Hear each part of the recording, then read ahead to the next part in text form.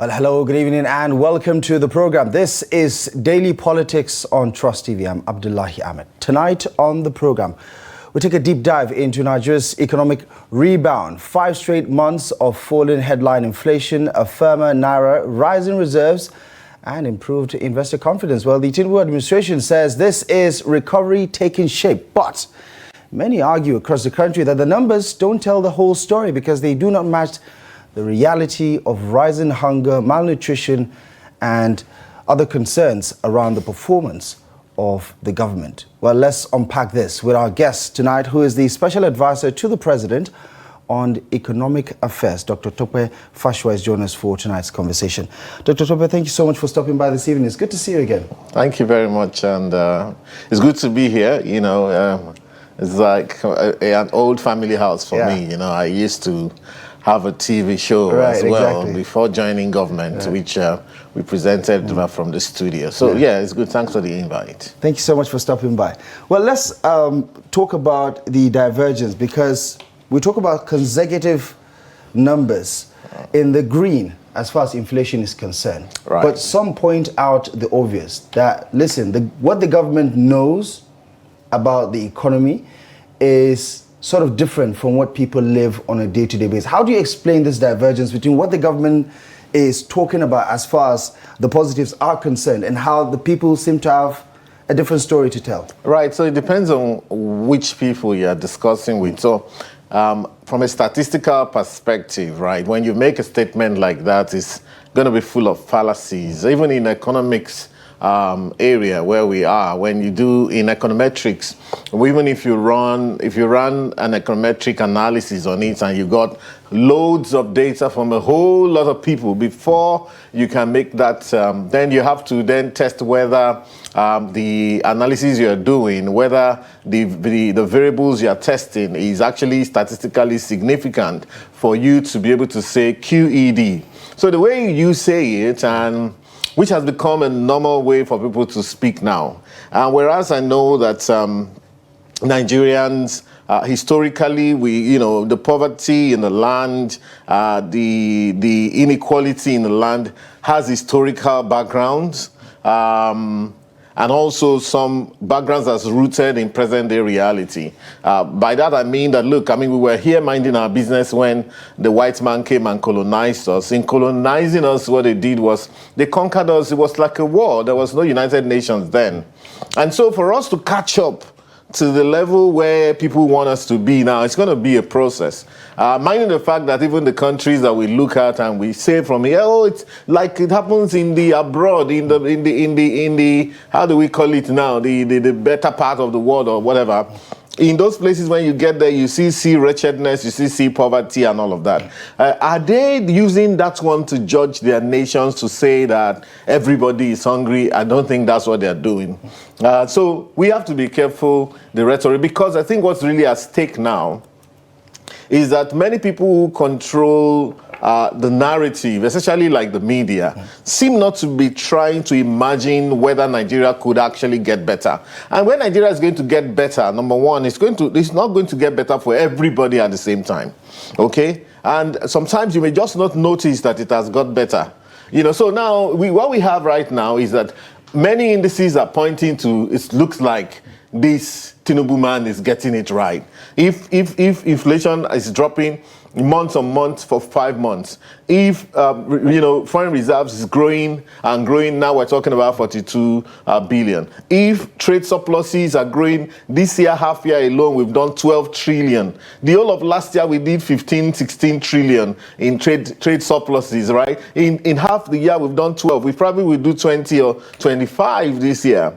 If all of these things are looking up, so why are we even the petroleum prices that went up is coming down. Dangote is bringing it down. I saw some people said, why is Dangote bringing down the price of fuel? It's going to hurt them. And they're not thinking about the whole of Nigeria. Even we've seen instances where, because the prices of goods are coming of food is coming down, another group, interest. So we're not talking about interest. Another interest group come to say, government is crashing the price of food to hurt them. Not knowing that, if we actually have 230 million Nigerians, If the cost of food or the price of food comes down, it benefits all 230 million people, including those who are complaining. Because, for example, no farmer will produce all the food that he needs. If you produce maize, you may not be able to grow palm oil in the same place. You may not be able to distill your vegetable oil, which you are going to use to cook whatever you want to cook. So now here we are trying to say, interest again. Every farmer at that level, including the people who back them up, including the so-called aggregators and co, they want to export everything, no matter what happens to Nigerians. And in exporting everything they export, then we now start to chase them. Where is the export proceeds? Maybe you get 20% of the export proceeds back. The rest of the money goes abroad. This country, like we usually agree, and I'll soon learn so that you can speak. As we have always agreed, the country is blessed, right? The country is fertile and all of that. Do you know what the real problem, the biggest problem is what we call in economics externalization. Most of the resources of Nigeria end up abroad. The United States and United Kingdom and all those countries that we mentioned, why have they been great? They came to Africa and took back to their country. We would take from our country and take to those places. Simple. So we can see how the whole thing is working, but clearly, whether you're talking about trade or inflation on the monetary side, or even on the fiscal side, things seem to be looking up for the policies of President Bola Ahmed Tinubu. Right. And how do you explain to the critics or experts who question the integrity of the numbers, who say these numbers just don't add up? But then, if they're experts, they should bring up their own numbers. Mind up, I don't know well, but I will let you land on that because I want to know which numbers you're talking about. Okay, so that's not adding up and why. So, for instance, the issue is the cost of living is still up. I mean, you could talk about inflation still coming down, but the reality is the cost of living is still up. Right? What way? You have to be sure of your facts. Whether it's transportation, when you're talking to me, whether it's transportation, whether it's rent, so the cost of living. So okay, let me explain. So these are everyday lived experiences. So what the inflation is telling you is not that prices are falling. Now, prices of some of the goods are falling. There's 960 items being tracked. Some of them, the prices are falling. Some, the prices are still going up. But that with 20.12% that we're seeing today, we're saying that whereas prices are still going up across the board, but it's not going up as fast as it used to. And let me tell you, where we're heading to is, first of all, single-digit inflation. I mean, Ghana's inflation was as high as 45, 50, in fact, 50%. Today, Ghana is looking at, getting near single-digit inflation. Look, what goes up must come down. It's gravity. Nigerians, however, not only Ghana, let's talk about Pakistan. Usually, yes, there's even a natural aspect to it. Pakistan also got inflation of 2023 up to 40%. Now, at some point, they got to 2%, and they're now worried about deflation in Pakistan. So naturally, what goes up must come down because there's a limit to which you'll be increasing prices. Now, let me tell you why that has happened.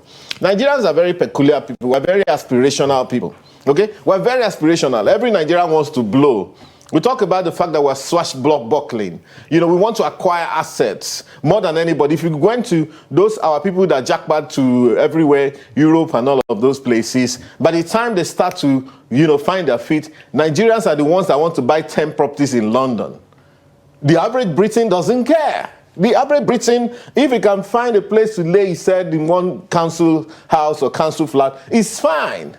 If he's lucky and he has a good job and finds a terrace building somewhere, it's fine. The average Nigerian wants to buy the whole place up.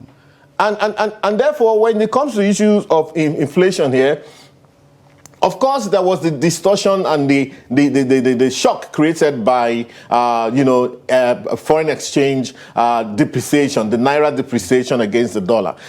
Now, a shock happens. A shock cannot continue to happen. That's the natural part. So a shock will happen, adjustments will happen, inflation can go up, except that shock continues to happen. Now that shock has not continued. In fact, what we're having is the reverse, that as I'm speaking to you, as I yesterday, I have not checked the figure for today, the markets closed at 1,495 Naira to the dollar in the exchange market. So you see, that's it. So like I'm saying to you, what goes up must come down. And Nigerians, so we're not only aspirational, we're also fatalistic. Yeah. And we say all these things about ourselves. That's why the other time I traveled to UK, and when we got to Heathrow, it took 2 hours for the luggage to come out. I was talking to somebody who were just joking that if it's Nigeria, somebody would have posted and tweeted and said, this country is finished.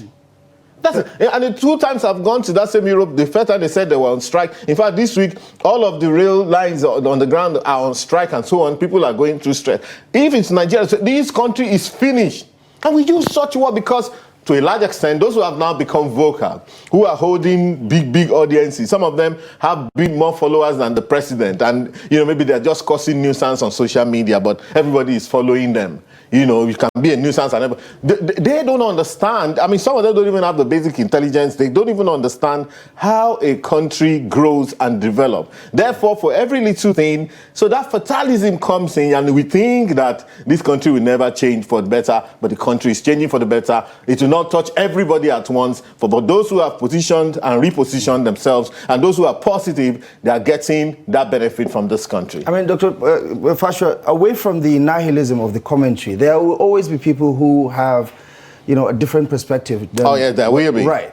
But, testing the theory of your position about what goes up must come down. Nigerians would ask the simple question, what has ever come down in terms of pricing in this country? Inflation is coming down. You talk about, in real terms. Food prices have come down. In the sense that.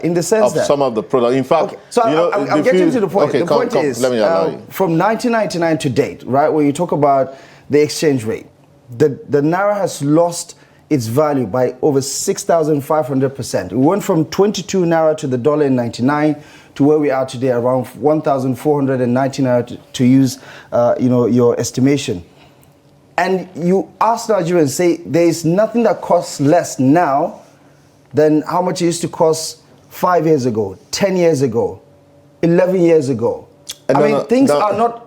So nothing is ever you can't down. talk about You mean, okay, look at me. Do you know there was a time that the total salary of a worker in the United Kingdom was £1 a year?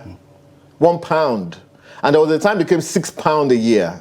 And that at some point became £100 a year. When I was doing my master's in the UK, the average salary in the UK was 25, in London, was £25,000. Today, it's around 35 to 40,000 pounds that you must earn in order to be able to survive. So it's everywhere. In the United States, apples and apples, in the apples and oranges. No. So what we're saying is that you're saying that there's no price that is whatever now compared to 11 years ago. So what I'm telling you is that almost every currency has a kind of decay. You see that in economics, we always talk about a little bit of inflation. That little bit of inflation is important for people to produce and come to the market and be able to price in their efforts and the factors that they put in by adding small on the money to make a profit. That profit is what encourages them to go back and repeat the process. And that process of inflation also affects the currency because it weakens the currency a little bit. So there's nowhere in the world where you find prices where they are 20 years ago and say the prices are, in fact, has gone back. I was testing the theory about things coming down. Yeah, but what we can do, in terms of that, we can look at like maybe 2-3 years down the line and say, okay, the real shock, there was a global shock in 2020 which affected everybody. Every economy went into a recession, all right?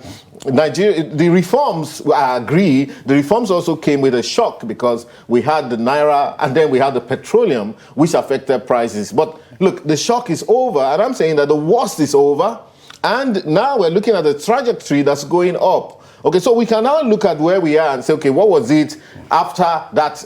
So one price that has done better, that I can tell you, is that Naira exchange rate. So when that immediate shock came, it went as high as 1,800, 1,900, as at March, April, May, June 2024. Right, but that's nominal, now, isn't it? No, not nominal. Yeah, because, of course, that's the nominal price, but I mean, that was the real price as well at that point in time. Yeah, but Doctor, the key issue... However, no. Let me make my point. But the same price is what we're saying has become 1,495 today. So clearly, there's something that has dropped in price, and I'm telling you, even what you see inflation going down and down, that, you know, there are three prices: inflation, there's the exchange rate, there's interest rate. And, you know, so interest rate is still a bit sticky. And I mean, the central bank governor has started thinking about, look, maybe we can begin to bring down if you have 5 months of consistent drop in inflation, it may be a good time for central bank to say, MPC, to say, look, let's take 25 basis points or 50 basis points out of this interest rate. So you see that the key three prices in an economy, and those are the three prices we look at, are coming down. But you know, when it comes to the things that matter to the people, maybe rents may not come down, but some food prices has come down. Let's look at the shea butter that was banned in, you know, the export of it, raw shea butter was banned, and what happened? Shea nuts and shea butter crashed by 30%. In 2 or 3 days. Some people are complaining, oh, we use this and that because, you know, again, about interest. Some will say, yeah, we want to run a capitalist society. Don't ban anything. But you know what has been happening? Every country around Nigeria has since banned the export of shea nuts. Benin Republic has a strategy where their farmers and their aggregators, they come to Nigeria to buy the shea nuts for cheap. And they stockpile until September, and then they unleash into the global market. So if you check it now, whereas Nigeria produces 40% of the world shea nuts, or shea nuts and shea butter, right? 40%. But Benin Republic exports a lot more than we do. And this analysis has been on saying. So see, again, the point is this: we're all Nigerians. So we will sell our own position, but knowing that people have interest to protect, even politics gets involved. If a government gets it right, the opposition party are ready to come and rubbish whatever the government is doing. So, but at some point we have to appeal and say, you know what, we're all Nigerians. Let's think about now, forget who is doing the work. If it is going right, let's agree that Nigeria is making some progress. Let's consolidate on that. Right. And Dr. Fasua, a lot of people will say, you know the numbers, right? We're not going to teach you economics on this particular program, but the real focus of the conversation when it comes to the exchange rate is in the value of the Naira itself. How much is the Naira worth in the markets today, right? And you would admit that its value has dropped significantly. Over 230% from 2023 to date. No, well, okay, so there's this mathematical fallacy, right, that nothing can drop below 100%. If anything drops below 100%, it comes to zero, all right? If anything drops 100%, it comes to zero. So it depends on how you calculate it. But it's easy math, isn't it? You say that if a currency was 100 Naira to the dollar and becomes 200 Naira to the dollar, it hasn't fallen 100%, it has fallen 50%. Because now, where the currency is right now, you need half of it before to be able to buy that same dollar. You know what I'm saying? So that's the way to look at it. Nothing can fall to it. I'm not saying, but you can agree on face value that the Naira is not certainly not where it used to be. Right. But again, that is a strategy, my brother. That's it. Let me tell you. How do you square that with the president's comments from a couple of weeks ago when he said the Naira is now stable? Because certainly the Naira. People not only is the Naira stable, because he didn't provide context stronger. to it. Yeah, of course. You know, it was, in fact, in that very occasion, he was speaking with the Buharist group. You know, and so it was a political discussion. You don't expect Mr. President to always have the numbers in his head and all of that stuff. You know, I mean, people like us who are there on the street, that's our own duty to be able to know where the number is and all of that at every point in time. So to a large extent, that's what it is. You know, the Naira is still, you know, it has lost value from 2 years ago because that strategy. As at that time, Mr. President came, Naira was officially 461, I remember very well. But on the street, it was selling for between 750 and 800. And people could get money, and there was a lot of corruption involved. And that's part of what Mr. President said, that, look, now you don't have to know Yemi Cardoso to get your dollar. Bu has said it. You know, Rabiu said it. I hope that's his name. Ahmed Rabiu, what's his name? Buaman. Yeah. I just know him as Bua. Abdul Samad. Right. You know, Rabiu said it that, look, you know, that he's only seen Cardoso maybe once since he came, and that's perhaps the second or third or fourth richest man in Nigeria who does a lot of transactions in terms of, you know, foreign exchange. And so that's what Mr. President was saying, that, look, you don't need that anymore. That system has been sterilized. So when he came, the whole idea was, you know what, let's get away from this arbitrage that people were making, unnecessary arbitrage of buying dollar and selling dollar and all of that stuff. Let's walk away from it. And so what happened was the Naira was left to trade and for the market to express its opinion. Of course, the Naira got weaker then. But do you know what has happened? Nigerians no longer frivolously just go abroad for everything, every time, using many times government money like you used to. Because they no longer can afford it?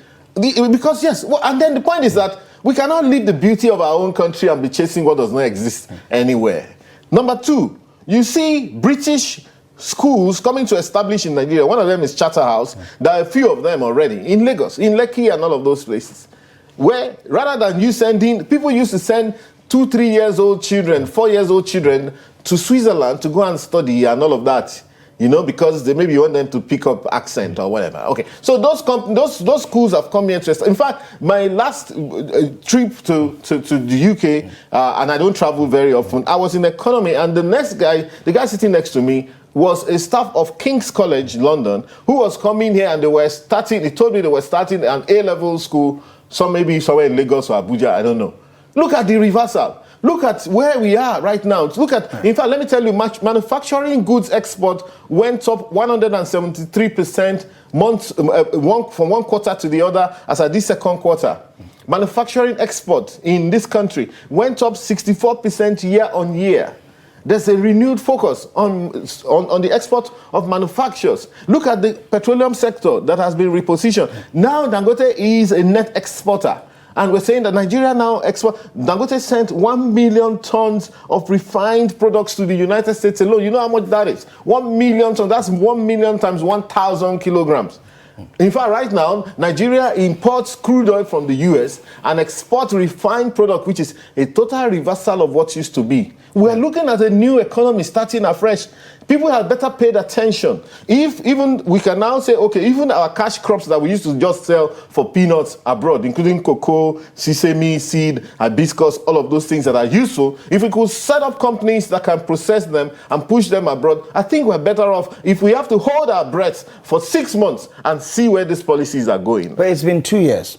Of course. And the question is, in 2 years, we have achieved stability. If you have to put it on a scale, let's not sound so lackadaisical and as if that it doesn't matter. Nobody can walk into a government and use magic to change an economy. I mean, it takes a process. And I take that point. But the point is, from your analysis, you're inadvertently painting a picture that Nigerians cannot afford to do what they used to do.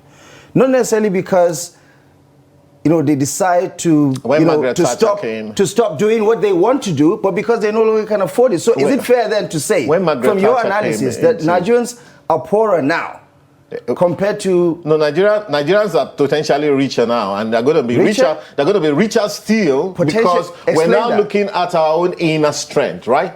If you think that by being able to just jump into a flight and go and blow your money abroad, that makes you rich, that's foolishness. In the medium to long term, it's foolishness. If you think that same money now, you can use it to start a company here, to do something here, to employ people here, to invest here, you know, then you're potentially richer because you're on a new trajectory that takes you out of poverty permanently rather than just emptying your money abroad. Look at what look at this, what we're wearing. Both of us. At least potentially we have put money in the pockets of some people. Even if these materials are not from here. This one is from here. The one you're wearing is from here. Now, do you know that there's a new trouser they sew with this kind of material now? And that trouser is going around the world. Young people are wearing it. I mean, that trend has been on for quite some time. Well, oh, come on, my brother. You know, so you can. You know, I'm also an interviewer, right? So you can't escape. You can't escape at every point in time. It's not been on for more than 2 years. Okay, It's not. You understand Nigeria's... It has taken on a life of its own. And I'm saying to you that Nigerian exports are going around the world, and we are appreciative. Okay, so let me tell you something about in economics. There's something they call the Marshall-Lerner condition. The Marshall-Lerner condition says that if a country devalues, indeed, but even though what we did was not devaluation, what we did was depreciation because we left it to market. Devaluation is when a country deliberately says, okay, from today, Naira will not trade at this to the dollar, it will now trade at this But level. isn't that what happened? No. Did you ever hear the president? That's not... In practice, what does it mean? Depreciation. Right. Okay, that's depreciation. When you float and you allow market forces when something to trade, loses its value, does it not depreciate? Exactly. That's what I said. What we have is depreciation, not devaluation. It's important Isn't to that make semantics, that. doctor? Well, come on now.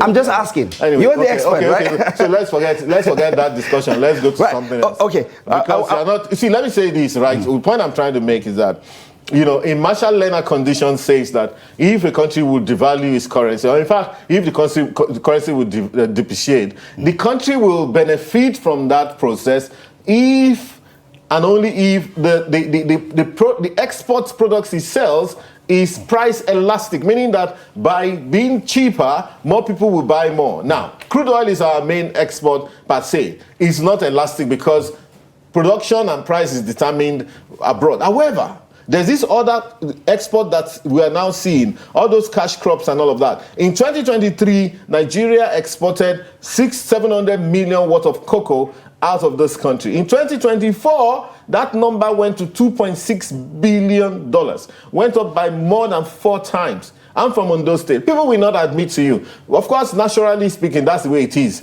People who have good fortune will not own up. It's people, and they will hide the money and hide their fortune. You know, maybe once in a while when they throw parties, you see them spreading dollars and all of that. You know, but people who have a misfortune are the ones that will shout. You know, it's a cognitive bias. It's the way it is.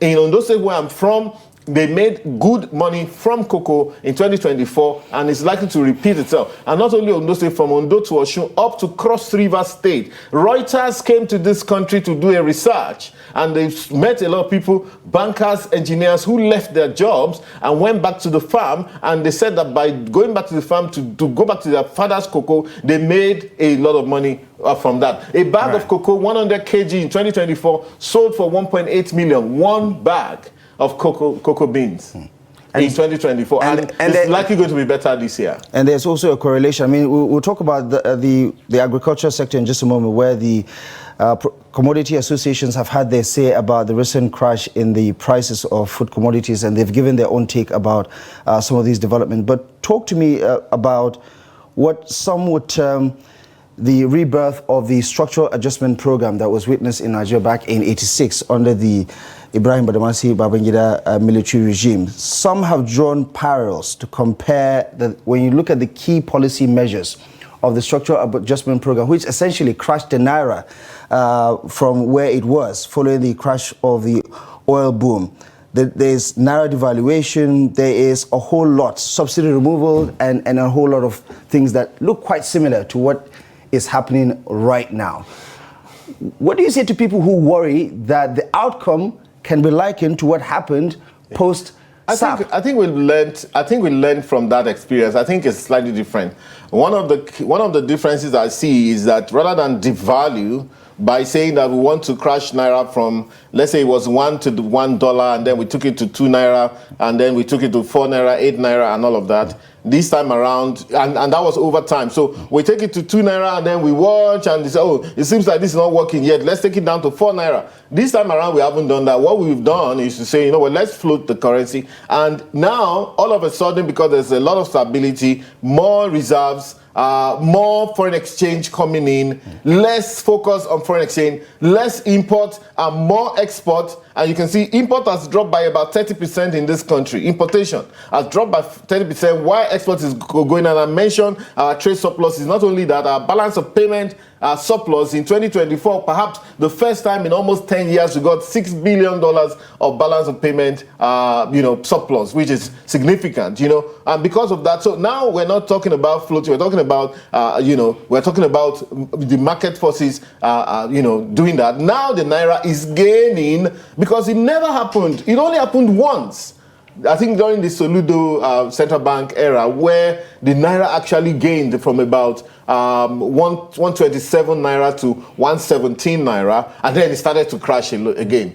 So that's one key lesson I see that we have learned from this. Number two, there are many things that happened under SAP.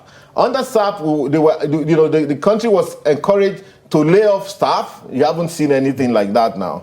To privatize all privatizables, we haven't seen that going on now. Okay. Yeah. But some of the immediate effects, Doctor, yes, is a sharp rise in cost of living. Again, is inflation soaring, wages lagging behind, increased unemployment, unrest, strikes, and protests. And some would say, listen, if you juxtapose these two situations from 1986 to 2025, they look similar. No. Because, of course, the only similarity is that there's some use of market-based principles. The difference is very, very clear that in that time we were quite naive, and we basically left everything to these, the Washington consensus people to run for us. Now, even they are a bit measured. Partly because also our publics are very vocal. I saw an IMF report about 6 months ago where they actually admitted and said they know that their policies are not popular in Nigeria. What can they do to make their policies popular in Nigeria? Because they're also thinking about the people. We live in the social media age now. So you can't do things the way you did it in 1986. And even those of us who are in government are aware of that fact that, look, you can't run roughshod over Nigerians. How do we explain it? So one thing that has happened is that we're a lot more cautious this time. And all of that rhetoric about laying off people, privatize or privatizable, and all, which they didn't do when the economies went into recession in 2010, 2011. They took the opposite view because that was the time when they put taxpayers' money in General Motors, in all the banks that were failing, and a lot of that money has now been converted to equity in those banks and in those car manufacturing companies and so on. Right. But so it's different now. Again, let me repeat. We have seen the shock, right?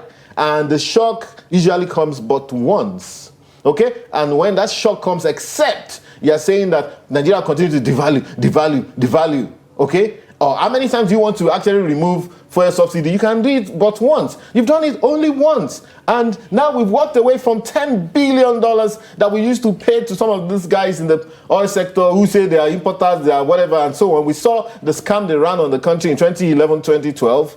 And so we've walked away from that. Nigerians are ready to say, you know what, let's take this adjustment. Now is the time to say, okay, how well are we using the Naira to reboot the economy? How many local companies are coming up to take the space, of those companies that may leave if they feel. For example, somebody was telling me about, ShopRite, the companies, they don't have stock anymore. Of course, they have their own issues, but for every ShopRite, go to Sahad and tell me that every day that, and I'm not giving them unnecessary adverts on this. I think you inadvertently have. But look at it, every week, every day at 5, 6 o'clock, you can't pass that place. It's a Nigerian company, and it's running that same supermarket system very, very well. So what are we talking about? I think that we are looking at a scenario where Nigerians are filling the space, in their own industry, in our own industry. Let the money stay here. For me, if I had my way, I will ensure that everything should be done to ensure that we keep our money within this country to make this country great. And in fact, our focus should be on domestic investment more than foreign investment. All right. Help us square this circle, because you paint a very green picture about the economy, the land is green, about the reforms working and things coming to fruition. How then do you explain the massive borrowing if everything is going so great? The president was quoted as saying just a couple of weeks ago or days ago when he said, listen, we've met our revenue target for the year in August. So how do you explain? I think it was explained that he was borrowing. He was talking about non-oil revenue, which shot up about 41%. Beyond the target for August, so which is almost covering the rest of the year. That non-oil revenue is very likely to overshoot by the end of the year, clearly. The oil revenue, which is also significant, may not meet up to that. So that's it. That one is a bit of a laggard, so that's it. But you talk about massive borrowing, that's an illusion. It's an illusion. What's an illusion? It's an illusion. It's also a product of the fact that we're very vocal as a people. and like the power of social media and the fact that everybody is a TV station now, you know, so for every borrowing you see, or even, I mean, the other time I saw a report where they said World Bank explains why they've not disbursed $2 billion that they lent tonight. A lot of times you see all these headlines, but the money is not coming. Those people that are lending to us today are also cautious about their money, you know, so they will only disburse based on achievement of what exactly they want. And they have their people creditors are not confident about that is the way they operate. I'm not talking about being confident. That's the way they operate. If you were, whether you're from Ghana, from Lesotho, you're from anywhere, if you deal with them, that's the way they operate. That's their MO, you know. So it's not everything you see in the media that's actually Nigeria. But the debt management office does confirm that what? That our external debt, especially, which is what concerns most Nigerians, right, has ballooned significantly. We're talking about around 9 trillion naira. That anyway, the total debt for Nigeria is about 134 trillion. Okay, Naira. The GDP is 273 trillion. 373 trillion. 373. After the rebasing. Let's even take it after the rebasing. Let's even take it to 150 trillion over 373. Is less than 50%. As a matter of fact, if this administration spends 8 years, let me say this. We could go well over the I'm going to explain 50% GDP to debt ratio. Absolutely nothing wrong. In fact, let me tell you what. If you rank countries around the world by debt to GDP ratio, 50% is way down. In fact, Nigeria has one of the lowest. So we're back to where we were in 2000. Let me just seeking debt forgiveness. Let me just come on. I'm asking, is that where we're going to end up? Anyway, you know what? You like to echo me, and you know, let me land on my point. Right. So let me tell you that, you know, we're at 39%. We are like a company that doesn't know what to do with its liquidity. Okay, you don't know what to do with your balance sheet. An economy, a country is also run like a company.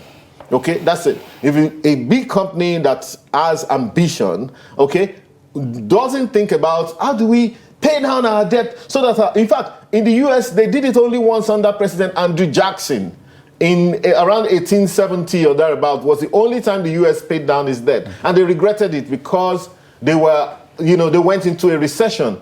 Because the moment they did that, Andrew Jackson happens to be a Tennessee landowner who hated debts. And he said, oh, let's pay debts. So they were going to fall into an agrarian economy, you know, rather than an economy that's expanding. So where you can leverage your balance sheet as a company that knows what it's doing, you leverage your balance sheet. 50% is nothing. Countries like Ghana, like Egypt, like South Africa, like Kenya, all the countries in Africa, the minimum you find is 70% debt to GDP. And in terms of debt Ghana had to literally renegotiate its debt because Ghana, they couldn't pay. With all due respect, Ghana doesn't have the kind of superpower, you know, that Nigeria has in terms of revenue generation, in terms of diversification of the economy. I mean, our GDP is just twice the size of the economy. Yes, you know, if you ask me, I think our GDP in Naira is a lot more than 373, and I have my reasons, you know, but we can't get into that now. You know, Algeria is supposed to be a bigger economy than Nigeria. Algeria has only 2 cities, Algiers with 3 million people, Oran with 1 million people. Except what they are manufacturing is diamonds in those places. There's no way the activities of 3 million people and 1 million people, you know, running in that country will compare with a Lagos of 20-something million, a Kano of 20-something million people, Abuja of 7 million, Rivers State, and the kind of things that we do, even if all we did was crude oil and all of that stuff. You know, there's absolutely no way, but it is what it is. It's good to be cautious, and then we grow from this point on. But I think that our GDP is a whole lot larger than that. Again, the point to be made is that, you know, we are cautious in terms of borrowing. That is the truth. You know, we're not one of those. I mean, even if we went to Europe, debt to GDP in UK is 110%. In the US is 130%. Those sort of places like Italy are 270%. Japan 260%. Those countries understand when they needed to, you know, leverage. So in Nigeria, we're not doing that. But of course, I welcome criticism to the extent that you can say, okay, if we are borrowing, what are we borrowing for? Are those borrowings project-tied? One of the things I wouldn't like is a scenario where to go and borrow to come and share money to people. Yeah, we have that with the World Bank, don't we? I've seen that being pushed. You know, it's not necessarily a very good thing, but you know, honestly, sometimes I wonder why the World Bank and co talk about such things. It's not our priority. Even we know it shouldn't be our issue. But of course, we understand that when you do reforms like this, some people fall under the cracks, and they need to be taken care of by direct cash disbursement. All right. Let's talk about one of the obvious conversations that has been had recently, and that is the minimum wage. Do you think it makes sense that 70,000 naira could take care of a family of 4? Say, for instance, right? Do the math. Do you think our minimum wage is practical? What is the minimum wage, if I may ask you? Do you know the meaning of minimum wage? Yeah, that's the minimum you get paid. Exactly. Right. And who is that for? For the lowest ranking staff. The lowest ranking staff. Right, so how did you come up with a family of 4? No, yeah, we're starting with the lowest, assuming. We're doing with a little when you were a copper, did you have 4 children, or did you have 2 children as a youth copper?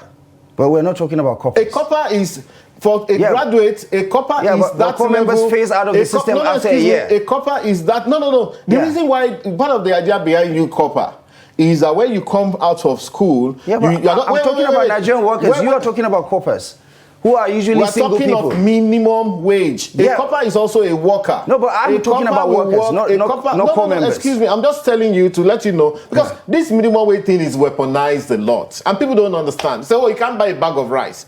How can you not necessarily a bag of rice. Not necessarily a bag of rice. How can you be talking of minimum wage and you're talking of a family that has 4 children? Are you kidding me? But let me tell you this, that if a family actually has 4 children, the wife too, if she was working and this man was working, putting the minimum wage together is no longer minimum wage. How much is the average, how much does an average Nigerian household make in a month?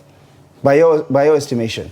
Oh, well, averages are very, because there are also people who make a lot of money. There are people working in NNPC. No, I'm saying average. So give us an average. You're averaging everything. Of the total sum. Okay, I mean, the truth is that you can actually do that by the GDP. So, okay, you can actually divide. So if you can quickly do a calculation, 373 trillion divided by 2, you will get the average for each person. That's like $1,000 and something dollars, okay? Multiplied by, that's it. Our GDP per capita. You're talking about per capita? Excuse me. No. We're going to extrapolate the number. I mean, you're giving me a work to do here, and I'm telling you, mental mathematics, right? Average GDP per capita is about $1,078. $1,000 is 1.5 billion, okay, or thereabout. And is that your belief that families, brother, it's you that said something about the GDP of Nigeria, but we know GDP nominal GDP is different from the reality on the ground. This is the science. No, forget you don't play around nominal and real. This is just what it is. But that is the real number. That is the concept, isn't it? $1,000 is 1.5 million. So how many families make 1 million in a month? Not even family. That's each person. So how many people make 1 million a month? That's what I'm telling you. But how many? I'm exposing to you the real face of the Nigerian economy. Let your audience know that is what it says. And I'm even saying paper? That's what the GDP says. If you believe the GDP number 373 trillion, if you believe the population at 230 million, wherever it is, the average GDP, the GDP per capita for this country today is 1,078 naira or thereabout, $1,080 and multiply that is 1.5 million. Because there are people who are earning a lot of money. You think, let me tell you what. But how many Nigerians make? They were discussing with an Okada man the other day. I was watching on social media. How much do you make every day? They said, well, if things are good, some days it makes 25,000 naira. If things are not good, maybe it makes 10,000 naira. Please multiply by the month. You don't know that people are earning money. Those people we look down upon, we say, because they are not wearing tie and shirt and white shirt. You think they are not earning money. Go to the no market and see what people are doing. I feel like excuse me. You pivoted. Because I'm not pivoting. I'm just telling you. The question is, I'm telling you the reality of the Nigerian economy, the per capita, which we criticize because it used to be around $2,000 in the past. It used to be around $3,000 at some point. We are facing the reality now. $1,000 per capita income, which is the income earned per person, not even per family. Because of the size of the GDP. So that's the way you can understand. Yeah, because of the size of the GDP, not because that is what is actually happening on the ground. GDP can be calculated on the basis of income as well. You can look at the income paid to everybody. But what is the purchasing power of Nigerian households? The reality on ground. So if you want to, the average, I tell you, will mislead you, but if you want to know, so it depends. You can decide to have a family of 4 and say, okay, how much is that? On the average, maybe you'll be looking at anything like 2-3 million per family of 4. So there are families in a year? So in a year. So you see that the families earn a whole lot more. Some are in the stratospheric numbers and they are there. So, okay. But then there are some families that don't earn at all, and then they are way down there, you know. But even because of where the money is today, you know, 70,000 naira multiplied by 12, that's 840,000 already, mind you. We're talking about yearly income. Right? And if you have to consider rent, if you have to consider healthcare. It depends on where you're staying. It depends on where you're staying. I mean, is there anywhere where rent is affordable nowadays? Oh, well, it depends on where you're staying. There are places that people stay for free in this country. Really? Yes. I mean, uncompleted buildings, I agree. There are places that, no. Under bridges, Let me tell you how. Most Nigerians in the housing sector, most Nigerians build their own houses from the scratch. You do know, Dr. Fasua, that we have a housing deficit. They don't even have, how much is it? You do know that we have a housing deficit. How much is it? It's running into millions. Yeah, well, it's good. Just keep it at millions. Right. Because I've heard this said, some people will say 28 million housing deficit, some people will say 70 million. When Mr. Fashola was here, he punctured that. And I agree very much with him. In fact, I punctured it before he punctured it. Because if you had 28 million housing deficit and 5 people can stay in a house, even 10 people can stay in a house, comfortably in a house, 10 people can stay. Let's even say it may be crowded, but 3-bedroom flat, 10 people can share themselves in there. Many of us, we grew up in that kind of family and we are happy today. You know, so that means that if you build 28 houses, that they are going to be accommodating 280 million people. Please, how many people are there in Nigeria? Are we saying there are no houses in Nigeria at all? So, you know, maybe there are houses that a lot of people cannot afford. If we had 5 million houses more, would be good. But, you know, in order to even get that 5 million houses, you will have to demolish a whole lot of houses that Nigerians have built with their sweat, with their own money. That's why it pains me every time I see any demolition, because this is people's sweat that they have. The day they can bring 50 blocks, 100 blocks, 10 blocks, they were doing it. Until they completed it and then, so you didn't build where we approved and demolish everything. But however, there's that imperative also that there will come a time when government will have to decide and say, you know what, this is the kind of prototype house that we want our people to stay, like it happened in Singapore. As small as they are in Singapore, it wasn't easy for Lee Kuan Yew to control them, to say, you know what, you must now live in these skyscrapers and so on. The poverty eradication they did in China also followed the same thing. Where the first thing they will do is to rebuild the houses for them, move them into those houses. You face resistance. People don't want that new lifestyle. In Nigeria, you will see, if you went to Niger Delta and tell people to stop living in houses on stilts, you'll have a problem. Even in Lagos, in Makoko, when they wanted to move them out under Ambode, they faced a lot of resistance. People say, and even a lot of the NGOs now came and say, you want to gentrify this place and you want to chase all these people. They carry the camera. You press men will go there with your camera and say, they are making.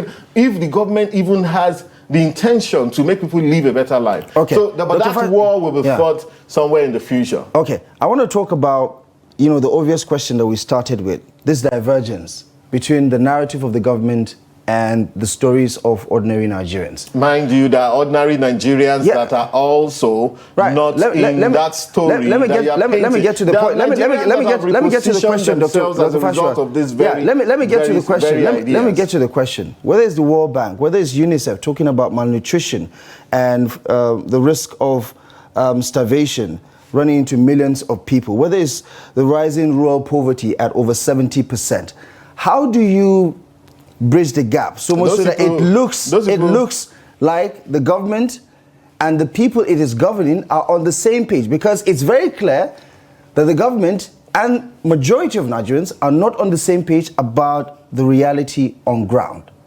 Nobody has done a proper research. Nobody has done a proper survey of what the average is, so we can say, okay, maybe 60% agree, 40%. So you don't believe with the evidence? Just like what Shehu did on one of his shows the other time, just asking a crowd of lawyers, I say, are you better off now than before? I said, no. Are you saying in this country where lawyers, many of them are billionaires, A lot of them have that so sounds much like money. a voice, you know. Well, I mean, it's rubbish he survey. did. It's rubbish he did. It was playing to the gallery. That's the truth. If you want to be populist and just show that you know you are on the side of the people and against government and all, you can do that. But for you to make that conclusion to say majority of Nigerians disagree with government, for it to make sense, I would want to know. But the official data by the Bureau of Statistics. It would be a very, very... the Bureau of Statistics. It would be a very painstaking research that you have to do. Do you believe the data of the Bureau of Statistics? Well, sometimes I do. So when they agree with your narrative? Not necessarily. Sometimes I do. Sometimes I'm an economist. I critique everything. I don't take anything hook, line, and sinker. I look at it if it does make sense. I just gave you an example about Algeria and Nigeria now. But of course, so it is what it is. You know, it doesn't mean that we cannot challenge our own numbers and say, you know, things can be done better. All right, we're out of time, but I need you to explain how Nigerians can get on the same page with the Tinubu administration when it comes to... Let me tell you why. Listen, I told you the history of Nigeria, where we're coming from. As in 1960, people will say, oh, we used to enjoy more in 1960. We used to enjoy more. A lot of people were in the villages then. It was when they handed over government to Nigeria that people started trooping from the villages to the city. That created urban poverty and so on. In those days when people used to travel abroad, and when they came back, they had 2 cars waiting for them, 2 jobs and all of that. In fact, when they used to lay bed for students in university and feed them egg every day. In fact, we've seen scenarios where people have rioted in this country simply because they said, you know, start cleaning your own room.